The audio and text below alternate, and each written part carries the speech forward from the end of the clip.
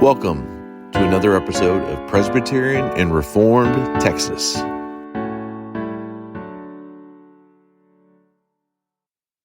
This episode was recorded before the deadly wildfires in the Texas Panhandle. If anyone has been affected by the wildfires, we encourage you to reach out to the M&A Disaster Relief Team. Let your needs be known. Today, we have Mark Becker, a ruling elder in Katy, Texas. Mark, how are you today? Doing well. Thanks for the opportunity to join you. Well, we're thrilled you're with us. You serve as a ruling elder at Christ Church in Katy, and we may know your pastor, right? Yeah, you may have heard of the moderator, so we're blessed with having Fred Greco as our senior pastor. Yeah, and Fred's been a great friend of this show. But this is not about Fred today, Mark. We really want to talk to you about your role with MNA, the PCA's mission in North America, and the disaster response ministry that you are heavily involved in, and leading the regional response here for Texas and Oklahoma. Is that correct?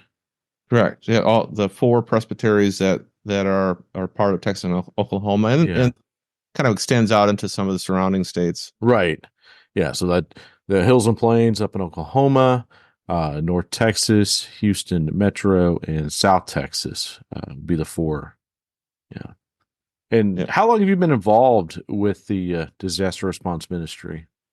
Well, I've been involved with disaster response really ever since we lived in the Beaumont area in '94.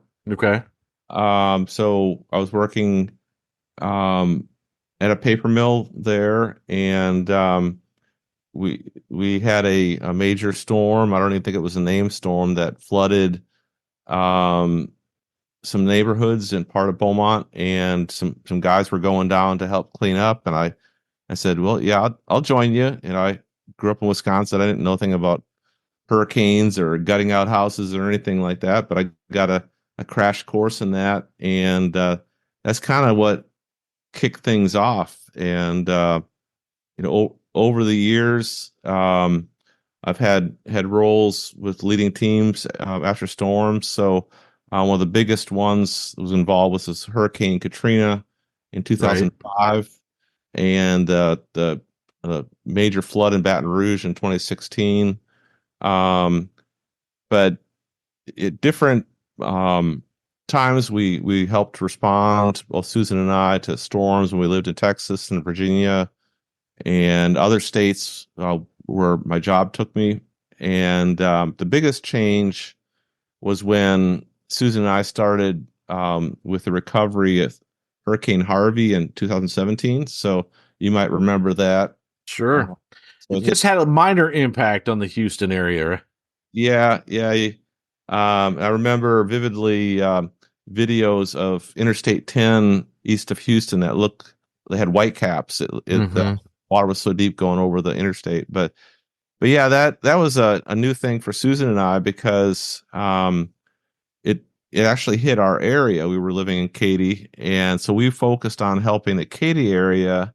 And instead of loading up my 99 Tacoma with all my equipment and heading to another area, we actually hosted teams coming to our area. And so we kind of took up the role of hosting, and kind of looking back, that was God's way of training us for future roles. And then eventually, a few years later, when we were helping with a hurricane response for Hurricane Laura in Lake Charles in 2020, Susan and I took our travel trailer and loaded up some supplies, and even bought a generator to go help. And we ended up working together as site managers there. So the Hurricane Harvey experience helped in Lake Charles. And so as site managers, we were hosting teams that came in every week. And within a month after being there, I came on staff with M&A. And so, as the role that I have now, we support the Texas Oklahoma area, and so my title is regional specialist, and so Okay. we have different specialists. And as a regional specialist, I support the four presbyteries in Texas and Oklahoma, and when a major storm hits other parts of the U.S., I also go to help the other specialists in their areas. So Susan and I have served as site managers in different places, and other storms, especially out in Florida, we Mm-hmm. deliver travel trailers and supplies that they need out there. And so to have different roles depending on the storms. That's a tremendous undertaking that you have to be involved in something like that. How how did your background in the paper industry prepare you for this role? Well, I guess that part isn't real obvious right now, Okay. to be honest, other than it did take me to places that had storms and God put me in positions to help out. Even Virginia had a hurricane. Um, I forget now even what year that was. I guess it was just before in the late 90s. Mm-hmm. And like 96, I think it was. And it's just something that I guess I got training and experience with over the years, and especially got the desire to work alongside other people to help those that got flooded. Mostly what I helped with was flooding, and then eventually with some tornadoes and that sort of thing. So yeah, I don't know. I'm still trying to figure that one out with the paper industry. Yeah. Well, the Lord uses all of our talents in different ways. Certainly the managerial organizational skills you probably developed throughout your career, definitely, I think have probably already shown. So, Well, that's right. And I guess one now that you mention it, one um, thing that I did in the paper industry was estimate projects and work on capital projects and that sort of thing. And we have kind of this between the storms time periods that when there's no storms brewing in the Gulf or that sort of thing.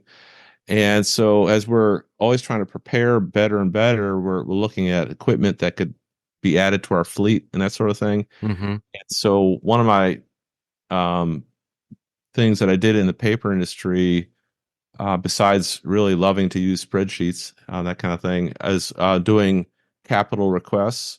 Okay. And so I've done that, like especially last year.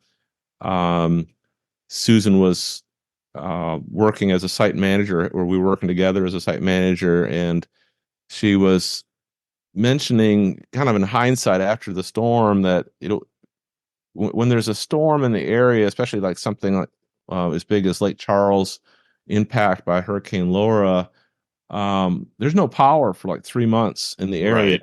and you're taking care of laundry and trying to provide ice for the teams for their meals. And we spent way too much time driving around town without power, competing for the little ice that was available when the gas stations were actually open. And so the idea was, well, wouldn't it be neat if we could just bring some of that equipment with us, in a trailer, that kind of thing. And so the idea was born to do that. And through Arkley's church that provided the trailer, we set up a project, and a few churches contributed to that, and we raised the funds to buy a washer and a dryer, a big ice maker, and some freezers and that sort of thing. And before you knew it, we had a trailer now that sits in Dallas that we can pull to provide all those things, the ice and the laundry, and we just have to hook up a garden hose for the water and a generator, and in a short period of time, we're up and going. So That's it's wonderful. things like that. I guess now that Yeah. I think of it, that's stuff that I learned to do when I was working in paper mills. Yeah. Well, good. So um, I've been in the PCA since the fall of 2011, and those in this area may remember a certain tornado that hit Joplin that May, and I remember people at Trinity being involved, in building sheds for people up in Joplin, and didn't really understand at the time, what all that effort was, and what really what M&A is doing with the disaster relief. So, can you just kind of, I guess, walk us through big picture? I mean, what is the disaster relief team in the uh, within M&A? Is it um, geared solely as mercy ministry to anyone? Is it geared to our churches? Is it geared primarily to members of churches? Is it take all comers? You know, give us I guess, a broad overview of what the actual work looks like and who you're supporting in this. Well, our most obvious role is responding to help churches and the congregation with cleanup. So that's the most visible part of our ministry. That's something that people will see, and there's a lot of good pictures and videos and stuff available on that.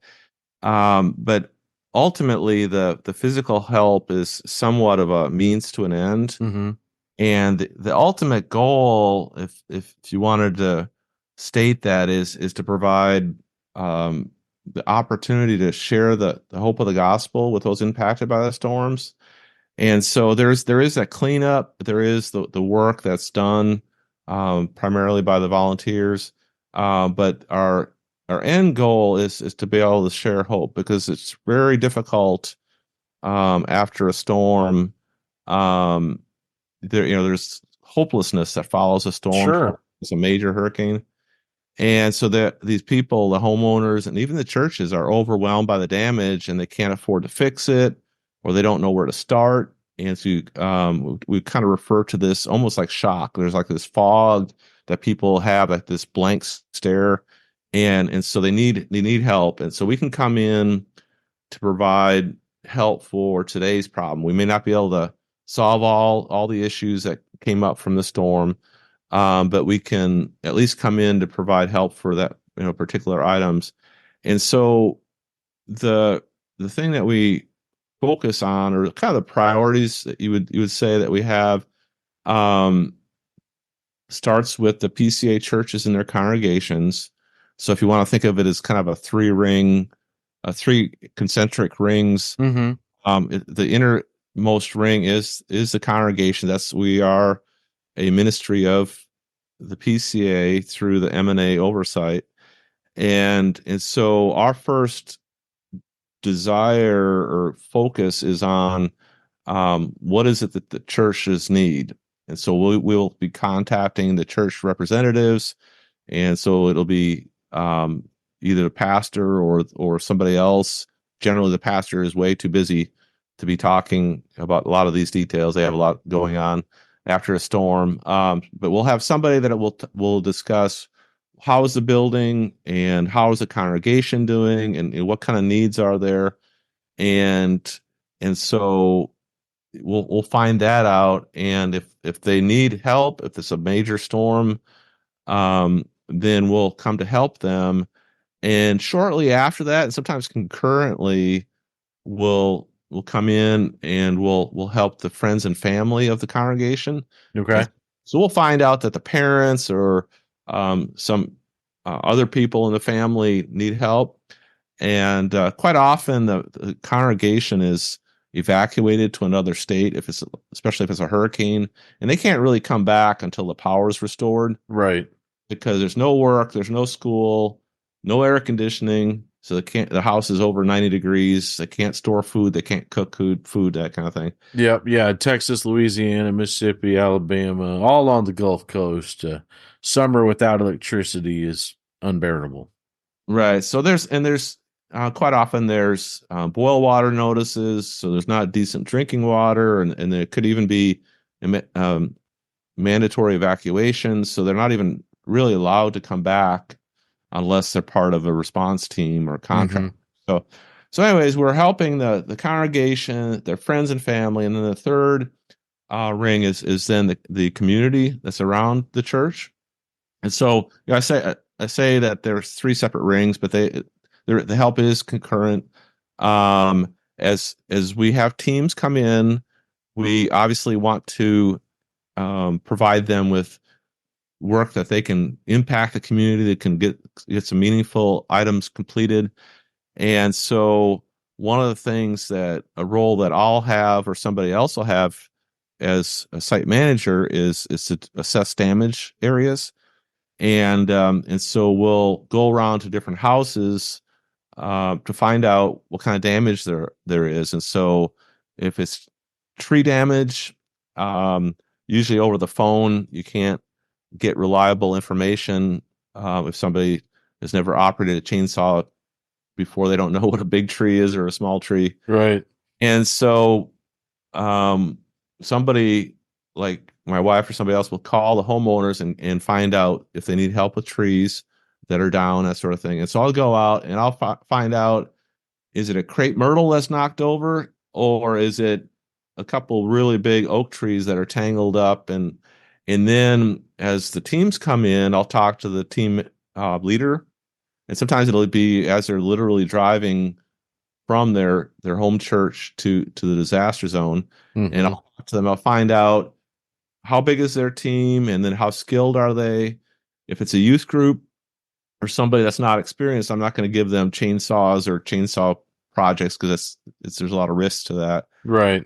But if it's some of the chainsaw teams like we work with, they like the challenge. So they like to get in there and figure out, okay, if I cut this tree is going to fly that way, or I need to stand over here to be safe and stuff. And so that's part of what we do is when we're set up in the response area, we go around to the different homes to find the projects, and then we match those up with the appropriate teams. And then Okay. we do have youth groups come in and that kind of thing. We've had those before. Sometimes they can be 15 or 20 of them. They're energetic, they're enthusiastic, and they don't mind getting dirty and stuff. So we'll put them on projects where they're gutting out a house or something like that. And it's fun to see them work like that. I think the homeowners enjoy seeing that, just that Sure. enthusiasm, that an elderly couple that has all that water damage, it really lifts their spirits to see these young people coming in. And that you got to watch it though, because sometimes they'll have so much energy they'll do like wheelbarrow races or something like that. You get run over if you don't watch. Right. Right. Just, listening to you, obviously you were a ruling elder, as we've already said. But this disaster relief, you know, listening to it, Dart, sounds very diaconal in work. So I would imagine you have a number of deacons at our churches that are involved with the disaster relief. But you just mentioned youth groups. I mean, this work is not only for ordained members of the PCA. I mean, this is every member ministry here getting involved, hands and feet, actually serving our brothers and sisters in Christ and their neighbors. Well, that's right. That's right. I mean, the leadership may come from the deacons or may come from others, but part of the deacon's role is recruiting others to be involved, and so quite often it'll be a deacon that's leading a team. Mm-hmm. So the typical thing that I see is somebody will say, I'm going to go to help clean up after this storm. And quite often people will know already about the storm that hits. It's all over the news and everything. And they'll say, I'm going down there. Who's going to join me? And that's a great leader to have. And so the leader contacts M&A and sets up a week when we have an opening with the housing, and we were available for a team of their size. Mm-hmm. They come down and they bring their team, and whoever joins them, and they get a lot of really good work done. That's awesome. And you have, as a region, you have equipment and training centers established, right? I know you have a facility in Dallas, and you also have one in the Houston area. No, we have the one in Dallas, and then one not too far from Chattanooga in Rome, Georgia. Okay. And so we're actually very fortunate The being one so close. yeah, being here in Yeah. Texas, because the response time is so much better for storms in our area. Right. And what'll happen with these two uh, facilities, we call it the Dallas Depot and the Rome Warehouse, is that uh, the person that goes in initially to assess the damage. I've done this, and some people in other regions will go in and do the initial assessment. They'll call to the managers that are over the depot and the warehouse and tell them what equipment they need. And so, especially if it's a storm that hits somewhere in the Louisiana or Alabama area, somewhat in between the two areas, Right. the two warehouses, and so they'll actually be sending in trailers from both directions, Okay. and so that works out really good. But one thing I will mention that's just a dramatic change in the way we do things with the disaster response ministry, and this all I think was a tough lesson to learn after Hurricane Katrina was that we weren't prepared. We didn't have the equipment. So in the good old days, if you want to call it that, we would borrow and rent equipment. And then when you needed it, it was really hard sometimes to find it. So it would take us um, weeks and weeks to respond. Right. And now, since Katrina, things have just changed dramatically. And especially in the last 5 years, with the support of churches allowing us to buy some more equipment, we are striving to be on site within days and not weeks. And so, whether it's the west side of the Gulf in Texas or somewhere in the mid-Atlantic states or even in the Midwest, we try to get to the locations with at least with some initial equipment like bunkhouse trailers within a few days, because that's Hmm. the volunteers need to sleep in. And so we have these bunkhouse trailers that can sleep 12 people in them, and shower trailers that you just need a garden hose and some generator, and you're up and ready to have a response site. And so with um, this two warehouses, then we're able to send in equipment, and so that's been a really good resource, and that allows us to make the response more timely. And we've got equipment that we already own. We've been maintaining it, and so it's ready to use when we're needing to respond. Yeah. That's great that you guys have been able to acquire, assets and equipment to be able to respond. And in terms of being prepared, you guys have obviously taken this step to, acquire this equipment, but you're also using time that's on your side, right, to prepare men and women to be involved in the work. Do you want to share a little bit about the training that you offer? And you mentioned you don't want to throw just the average Joe on a chainsaw. So Right, right. Yeah, you really don't want to give somebody that's um, turning that fast with teeth designed to cut wood. That's yeah, you got to be careful who you give the chainsaw. But yeah, the time the time that we have between the storms, I guess we've learned years ago that waiting is not a good strategy to become ready. And so it's kind of like you hear with real estate, location, location, location is kind of their mantra. With right, disaster response, I would say it's more like preparation, preparation, preparation. And so um, what that basically means is the better we're prepared before the storm, the better we can help out after the storm. And so if we're scrambling to figure out what we're going to do, we wait till after the storm to start asking those questions, then we're not going to be as ready. So preparation is necessary. And one of those items for the preparation is training. And so one thing I'll say is that I think in the past we've looked at it, or it's been kind of looked at as training to go to another state to help out, and quite often, after Hurricane Harvey hit, most of the storms have been in other states, And so if we train here, it's kind of assumed that we'll be going somewhere else. And not everybody can train or can travel to other locations, but Right.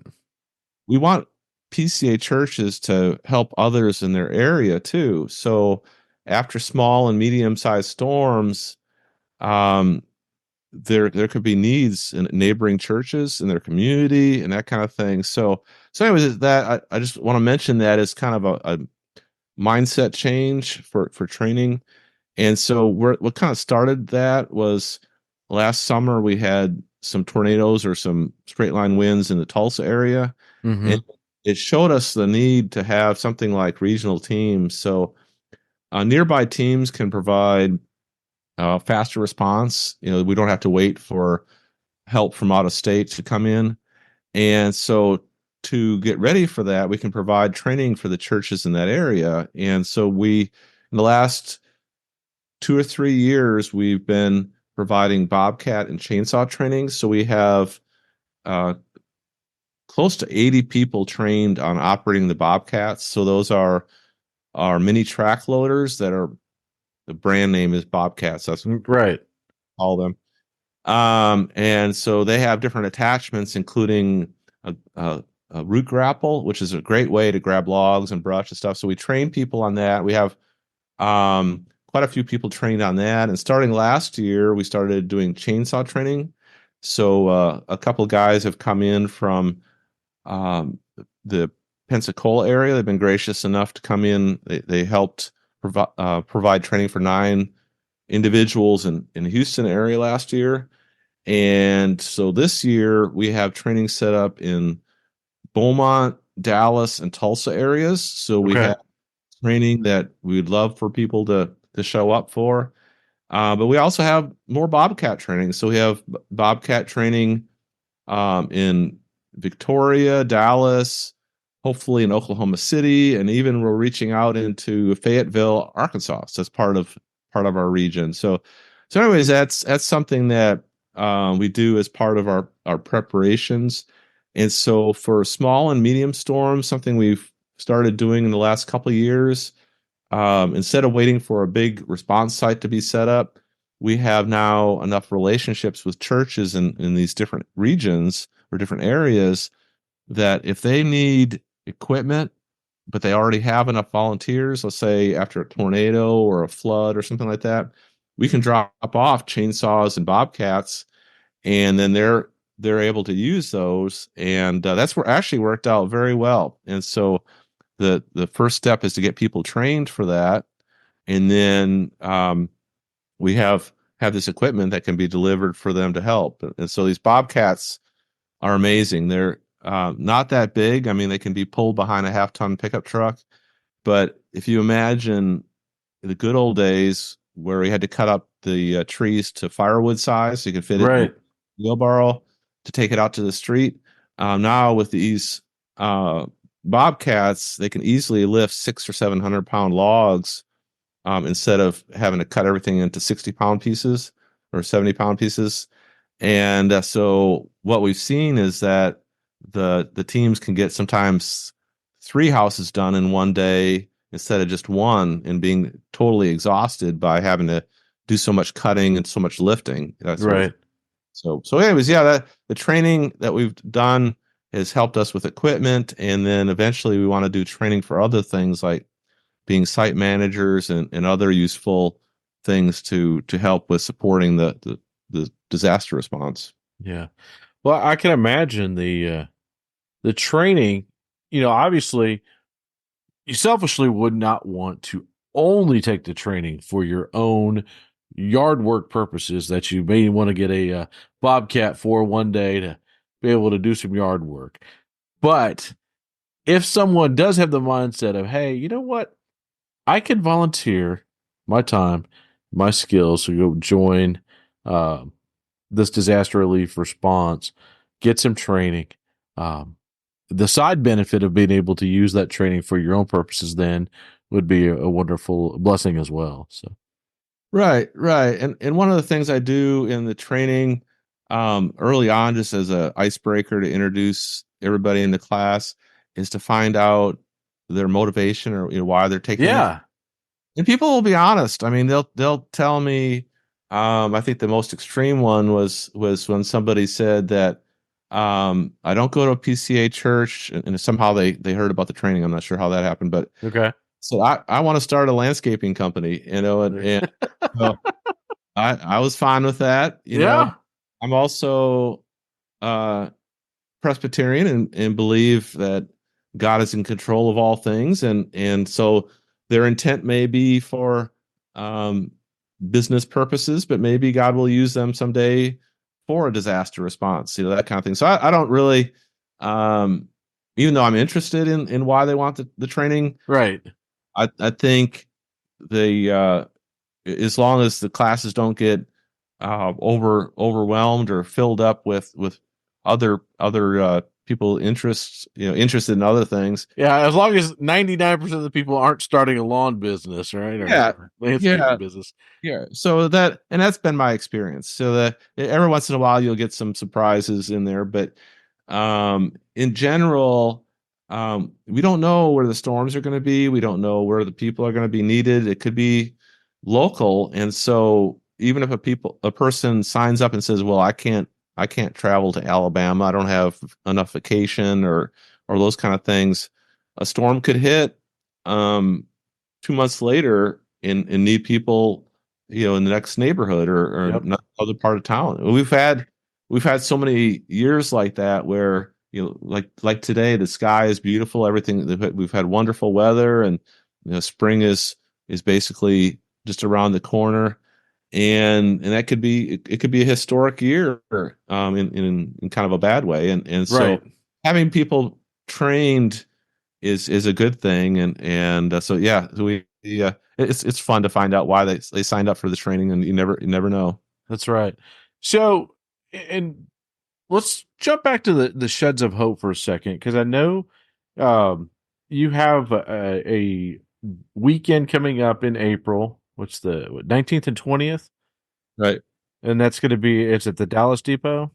To the Dallas Depot. And then you have another one in October. Tell us about those weekends and what's involved with Sheds of Hope. So it's really a good way to get involved when people hear about the disaster response ministry. The first question I typically get is how can I get involved? What are things that I can do? And because people don't have um, endless vacation or they can't travel out of state, they want to know what they can do in the area. And one of the ministries that the M&A provides is the Sheds of Hope ministry, and this is basically storage area, 8 by 8 foot wooden storage shed that after homeowners have damage to the roof, like for their garage or their Mm-hmm. house, they don't have a dry place to store their boxes or their valuables, and they definitely don't have a secure place. And so this shed provides doors and a roof and that sort of thing that it can be locked up. And so we provide that. And so there's a lot of different ministries that provide different things. And so we're unique in that way that we provide these sheds. So the sheds need to be built ahead of time. And so quite often between storms, we'll schedule these shed builds. And so what we're doing is we're building shed kits that we stack up in shrink wrap. And so we schedule these in different parts of the country. And the closest location by far is the one in Dallas. Mm-hmm. And so this is really a good opportunity for somebody that's interested in learning more about the ministry. You don't have to be a carpenter. I think our minimum age is 15. Okay. So But older youth definitely can be involved. right, that's right. You can't be too young. There is some limitations on that, but you can be in high school, and that's fine. And the reason for that is because we have a few people that can lead the whole thing and provide the drills and how to use them and instructions, how to assemble things. It just takes a lot of people to do all these different tasks, and so what we like to see is somewhere around 15 to 20 people show up each day. And so we have a Friday and Saturday event scheduled for April, and then the same thing in October. We learned the hard way last year that July is really not the good time in Dallas to have a show. Right. Everybody was turning colors, red and white and different colors from dehydration and heat exhaustion. But No doubt. so we decided, well, maybe we should try April and October. So that should be a lot better. But yeah, people don't even have to come all day. It's something where people come and go sometimes during the day. They don't have to come both days. They just Hmm. you're available, and you'll you'll get lunch provided if you're there for lunch, and it's really a good time. You get to see people from other churches in the area. Sometimes they'll come in from out of town even to help out, and so it's something I would recommend if somebody's interested in helping out with that. And then one of our goals, and this is something that's kind of um, uh, an underlying part, is more than just building 4 sheds at a time, which is what we do over that 2-day period. We build four shed kits at a time. It's more than that. It's developing skills in building these sheds so that some of these people might be able to actually go to a Joplin, Missouri, or a Moore, Oklahoma type place where these 2 mile wide tornadoes. Right. Then you need literally dozens and dozens of sheds. It's not just 4 at a time. It's more efficient to just haul the lumber in and build them on site or build them, in the disaster zone. Right. And we get people coming to Dallas over and over again over a period of years. Then we're building a kind of a knowledge base, if you want to call that, or an experience base. And so if you want to check that out and learn about it, then someday, who knows, someday you might be able to join us at a major storm response where sometimes we'll build 100 or 200 storm sheds in a storm area. Hmm. That's a wonderful blessing because you're right. I mean, in the midst of losing the structure of your house, the possessions you do have left, what do you do with them? There's only so much you could put in a car. Right. Yeah. Right. And in some storms, it doesn't matter if it's floods or tornadoes. If there is not enough police presence, which can happen, Hmm. they're very busy with a lot of other things going on with rescues and that sort of thing. There is a big concern of looting and that sort of Sure. thing. And so we have this ministry to set up the shed. Like usually it's in the back somebody's backyard, and so once the shed kits are made, then they can be delivered to individual homes, and we have a review process to verify that they qualify for the sheds, and we'll set up some stone slabs or cement slabs Hmm. and double it up, and then start erecting the shed at each spot, and then it'll take for each shed somewhere that around 6 or 8 or 9 people is like an ideal team. You don't want people kind of waiting and not doing anything. Right. Yeah. And that'll take somewhere close to 2 hours, something like that, to put the shed together. So that's another aspect of the shed ministry. There's people that make the kits, and then there's people that assemble the kits, and so there's different ways to get involved with that kind of thing. And we're actually thinking about maybe um, finding a local ministry in the Dallas area that could use a shed, and that we could train people to assemble the shed and not wait till a storm, and so have a scheduled event instead of a storm. And so we've done that before for pregnancy help centers and other places like that might need it. And so we're talking about that kind of thing to provide practice on that other aspect of the shed builds. That's wonderful. Um, excuse me. The the work you do is a real testament to the tangible things that we can do for one another in Christ, but it's also a reflection, right, of the interconnectedness of Presbyterianism, as you mentioned, right. Your first goal is to work with churches and their members, and you know you're in Katy, Texas. The depot's in Dallas. you're going to have people coming from all over the state and the area, potentially from Oklahoma and who knows where else, to come to something like the Sheds of Hope build days or the trainings. As you're doing them regionally, and I think that's just a great testament to what we believe, that we're able to put that into practice in tangible ways. That we're not lone gunmen. Our churches don't stand on their own. We as individuals don't stand on our own. Right? We are the body of Christ in this together.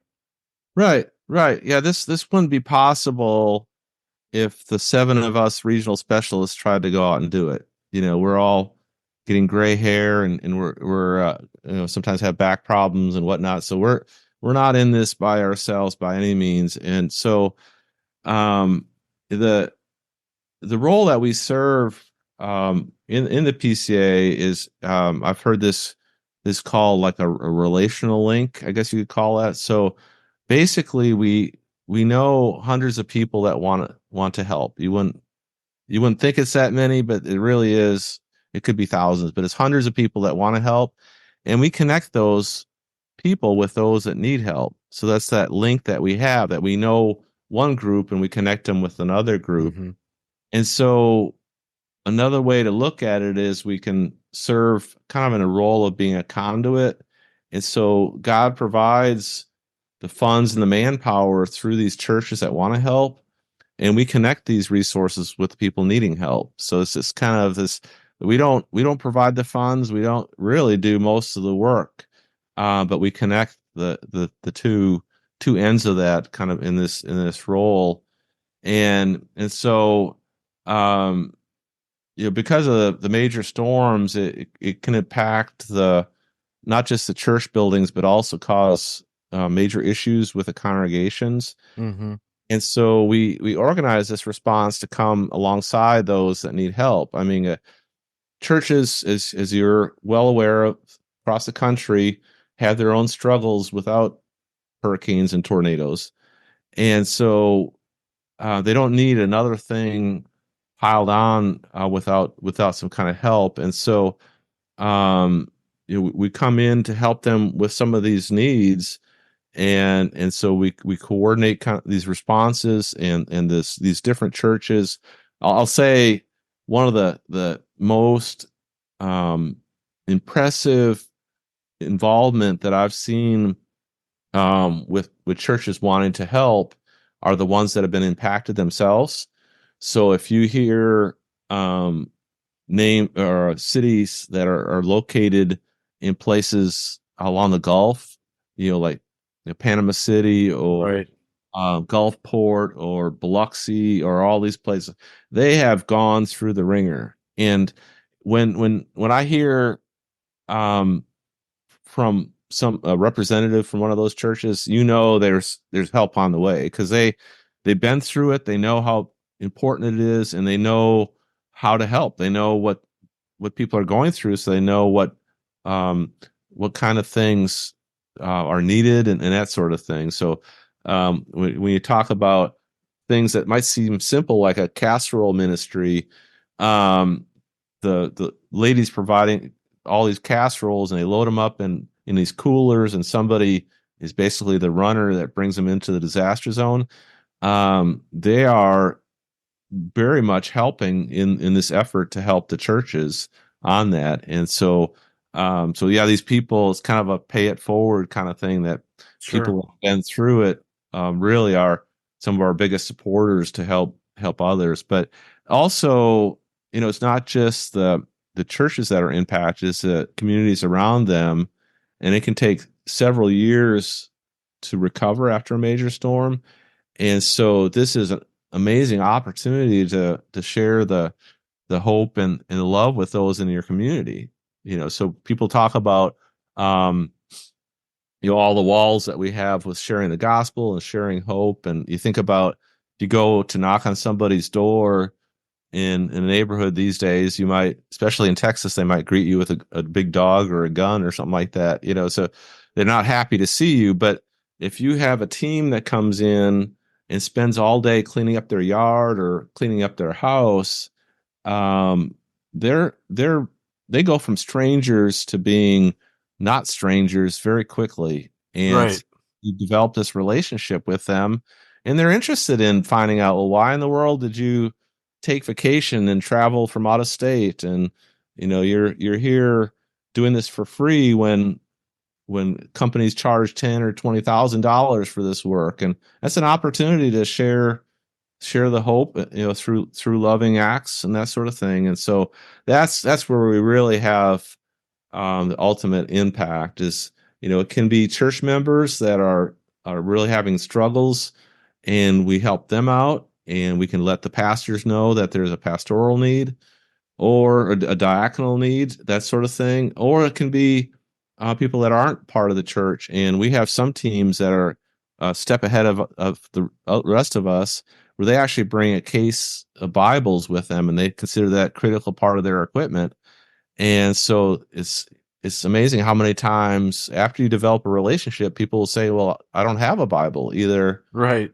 they lost the Bible or they never had a Bible, and so you share that with them, and you'd never be able to do that when the weather's nice like it is now. Right. You Yeah, everything's good. What do I need this for? yeah, I don't. Yeah, I'm busy. Leave me alone. Yeah. I'm comfortable in my sin in my life. Leave me alone. That's right. Yeah. So I know what that's like. I don't like to have people come to my door unless I know them, and so this helps develop that relationship, and God provides this opportunity to share with them. It's more than just let's clean up their yard and move on to the next house. Right. The homeowner is really the ministry, not the trees. Yeah. Oh, that's awesome. Well, and I know one of the things you have again during the off season, when you're not actually responding to disasters, is taking this message right to churches throughout the area. So churches throughout the four presbyteries, as we've mentioned, that you're responsible for. Um, what if a church says, "Hey, Mark, I'd like to hear more about this," how could my church get involved? What would you say to them? Well, as I mentioned, it's very important for us to be prepared, and so what we've done with uh, through the guidance of the leadership of M&A is we've been asked to establish 5 goals, and of course, respond is one of those goals, but the other 4 support responding or dictate how well we're going to be prepared for that. And so the 5 goals we have is to share, prepare, train, which is kind of a subset of preparing, Mm-hmm. have funds, and then respond on those. So I'll do, what I started doing really just in the last month or so, is when I get the opportunity to come in to talk to a Sunday school class or a men's ministry or like a men's breakfast kind of thing, is I'll share those 5 goals, and then we'll talk about those, what those involve for me, and then find a way to see where there's connection, because Yeah, that makes it's sense. not everybody in the church is called or interested in being involved with disaster response, but quite often we'll have several that will be interested, and so we'll talk about that, and so I'll go through and do those kind of things. Now, one thing that's really worked even better is when I can do something like Bobcat or chainsaw training on a Friday and Saturday, and then talk to the congregation during Sunday school that same weekend. Mm-hmm. And so there's like 3 days, and so I'll be training 5 or 7 people with Bobcat or chainsaw training Friday and Saturday, but the rest of the congregation doesn't even know that I was in town, or that we have a. Right. So I kind of realized in hindsight, it's like, well, I'm missing an opportunity, and so we've had a great response to that, and so when there's a possibility for that, I'll talk to the Sunday school class, and then I'll have a kind of a broader group of people, and so we've had people in recent weeks when I've talked at Sunday school classes come up and ask, okay, I can't run a chainsaw. I'm 70 years old.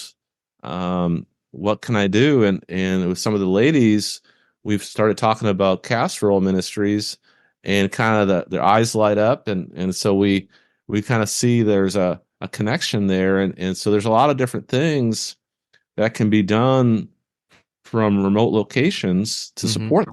support the teams that go in. We don't want everybody to load up in buses and come into the response site, but we can get a lot of help from people supporting remotely. Another thing that can be done is we can have what I call callers, and it'd be people that would call the homeowners to find out what the needs are, and so we get these list of the contact information from the congregation, and we need people to spend the time talking to the homeowner, and sometimes you'll hear their story. It needs to be somebody with good phone skills, somebody that's organized and can kind of stay on task, but at the same time be empathetic. And so we're looking for people like that. Yeah.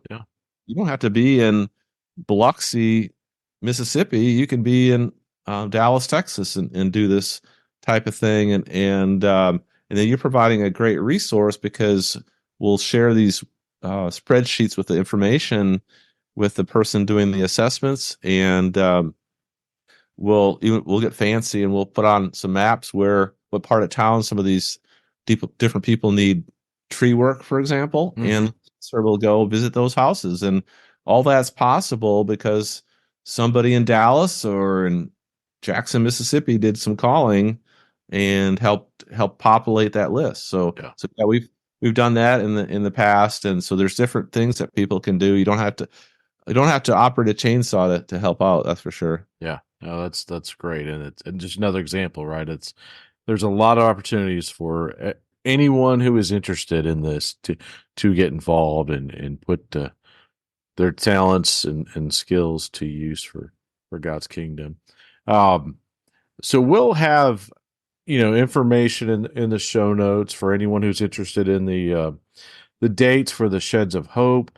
I know you don't have all the different trainings for bobcats or chainsaws available right now, but is there what's the best place online to somebody to get in touch with you? Is that through Facebook or?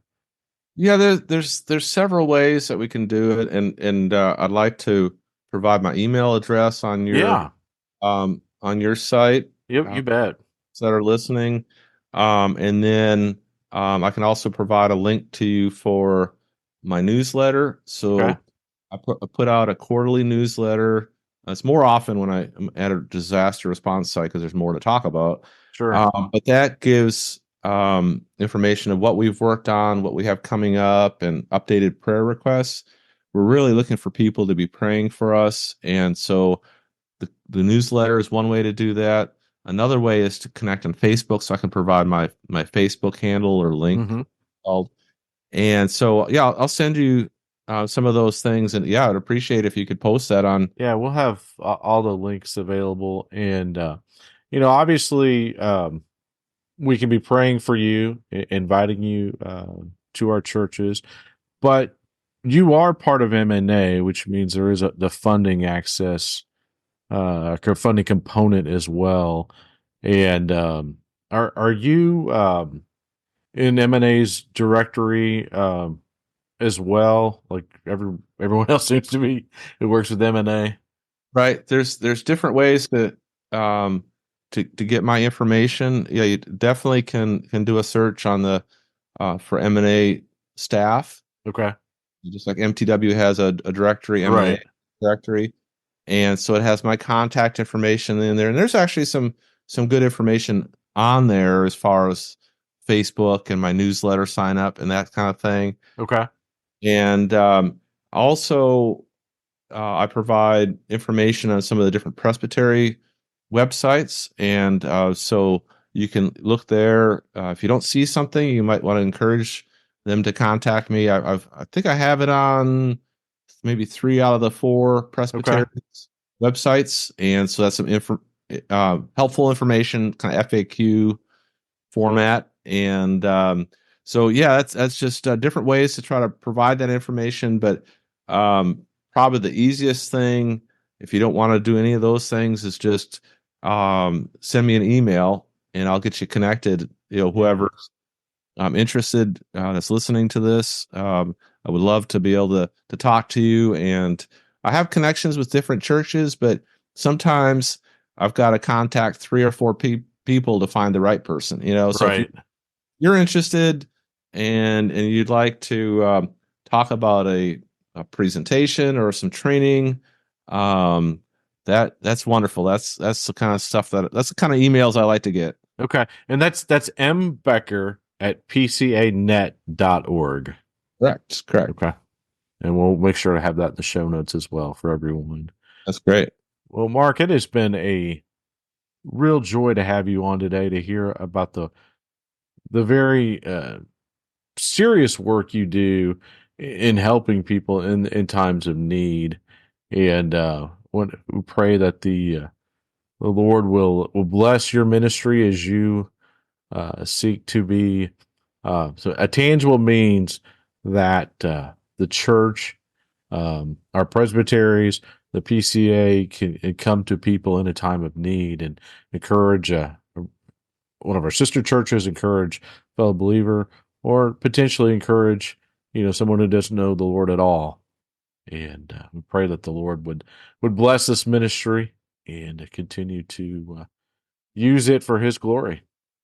Well, that's great. Yeah. Once again, I appreciate the opportunity to share it.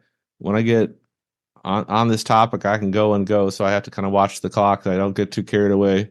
No, excellent. Well, But I appreciate you giving me the opportunity to share yeah, these things, and so that's just a great thing to be able to share. And there's other people that I think are interested in this type of thing, and so it's great to reach out and see who's interested. that's right.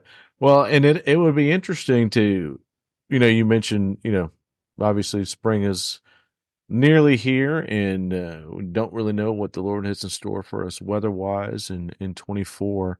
But it would be neat to revisit this discussion in the fall and just kind of hear from you what the summer's looked like for you and your team. Well, that sounds great, and Okay. we can share some of the updates and other topics. I think that would be a great idea. Awesome. Well, brother, thank you so much for joining us. We look forward to seeing you back in the Metroplex next time you're through the area. And hopefully I will be down your way in Katy before too long as well. I am much overdue to join you for worship and get down there and see all of you good folks I at look Christ forward to Church it. in Katy. Sounds great. Well, brother, well, thank you. And listeners, we will see you again next week. Thank you. Thank you for tuning in today. If you like this episode, we encourage you to share generously. Let your friends know. Rate and review us on iTunes. Subscribe in the podcast player of your choice and find all of our episodes at reformedtexas.com.